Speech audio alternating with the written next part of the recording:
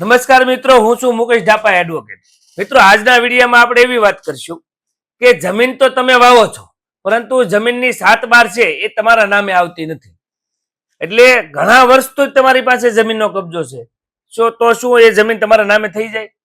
તો આપણે આવું હોવાનું કારણ શું હોય? મોટા ભાગનું એવું હોય કે ભાઈઓ ભાગની વહેંચણીમાં જ એને જમીન મળી હોય, પરંતુ નામે એમના નથી. કારણ કે વર્ષો પહેલા આપણા જે વડવાઓ હતા ને, એ શું કરતા કે કોઈ જમીન ખરીદ કરતા ને, તો એમનો મોટો દીકરો હોય ને ઘરમાં વહીવટ કરતો હોય, બધું એ સંભાળતો હોય, તમામ વ્યવહાર એના હાથમાં હોય.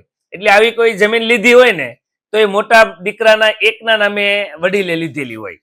હવે જે તે વખતે વડીલે જે લીધી છે, એક મોટા દીકરાના નામે લીધી છે, પરંતુ એ જમીન છે ને એ સંયુક્ત છે, એટલે કે આખા પરિવારની છે. આખા પરિવારની જે આવક છે એ આવકમાંથી જે જમીન લીધેલી છે, એટલે ભાગ બધાનો છે, પરંતુ જમીનનો દસ્તાવેજ કરતી વખતે ખાલી મોટા દીકરા એકના નામે લઈ લીધી છે. એટલે માની લો કે આપણા કોઈ વડવાએ 30 વીઘા જમીન લીધી હોય ને એક દીકરાના નામે લઈ લીધી હોય, અને એમને 3 દીકરા હોય, તો જયારે ભાગ પડ્યા હોય ને ત્યારે ત્રણેયને 10-10 વીઘા આપી જ હોય.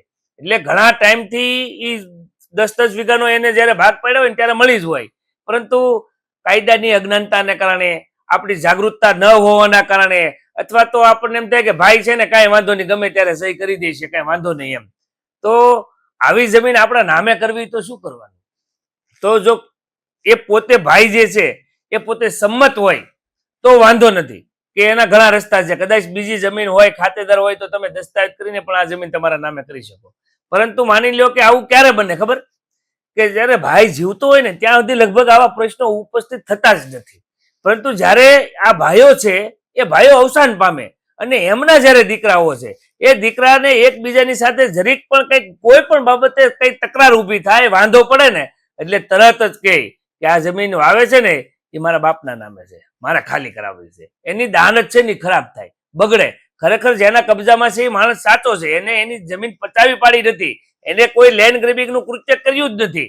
પરંતુ આ કોઈ આવો વ્યક્તિ હોય, એ જો કોઈ દાવો કરે તો એ દાવો છે ને એ જીતી જાય, કારણ કે રેકર્ડ ની અંદર એના પિતાનું નામ છે, અને વારસે ગુજરી ગયા વારસે કરી હોય તો એનું પોતાનું પણ નામ હોય, એમના ભાઈઓનું પણ નામ હોય, એમના જે કાકાના દીકરા છે એટલે પછી તો એ કાકાના દીકરા થઈ ગયા હોય. એટલે જે ભાઈઓ ભાઈઓ ગુજરી ગયા છે એટલે એમના દીકરા છે એ મોટા બાપા અને કાકાના દીકરા થાય. એટલે એમને જયારે વાંધો પડે ને ત્યારે તકલીફ થાય. એટલે જયારે જેના નામે નથી એ જયારે કોર્ટમાં આવો દાવો કરે ને, ત્યારે આ કોર્ટમાં આવો દાવો જીતવો ને ખૂબ મુશ્કેલ છે. કારણ કે એ સામેવાળા લોકો તો એવું જ કહેવાના છે કે આ જમીન છે અમારા પિતાએ આ તારીખે આ દસ્તાવેજથી પોતાની કાંડાની કમાણીથી ખરીદેલી છે. હવે એ વડવાઓ બધા ગુજરી ગયા છે, તમે કઈ રીતે સાબિત કરો કે મોટા દીકરાના એકના નામે લીધી હતી? જે તે વખતે અમે સંયુક્ત પરિવારમાં ફેમિલીની અંદર ભેગા રહેતા હતા અને બધાની આવકની જે પૈસા હતા એમાંથી આ જમીન ખરીદ કરેલી હતી, એવું સાબિત કઈ રીતે કરી શકાય? એટલે કોર્ટમાં જો એ ના પાડે કે નહીં આ તો મારા પિતાએ એકલાએ જ લીધેલી છે, હવે એ કોઈ જીવતા નથી. પ્રશ્ન સૌથી મોટો એ છે.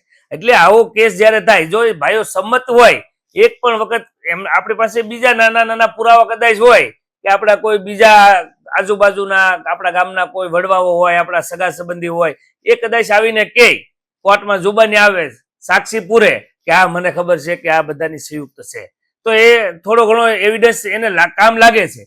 પરંતુ જયારે સંમતિ હોય તો ઘણા પ્રશ્નો સોલ્વ થાય, પરંતુ જયારે આવી તકરારો ઊભી થાય ત્યારે આવા કોર્ટની અંદર ઘણા બધા કેસો છે.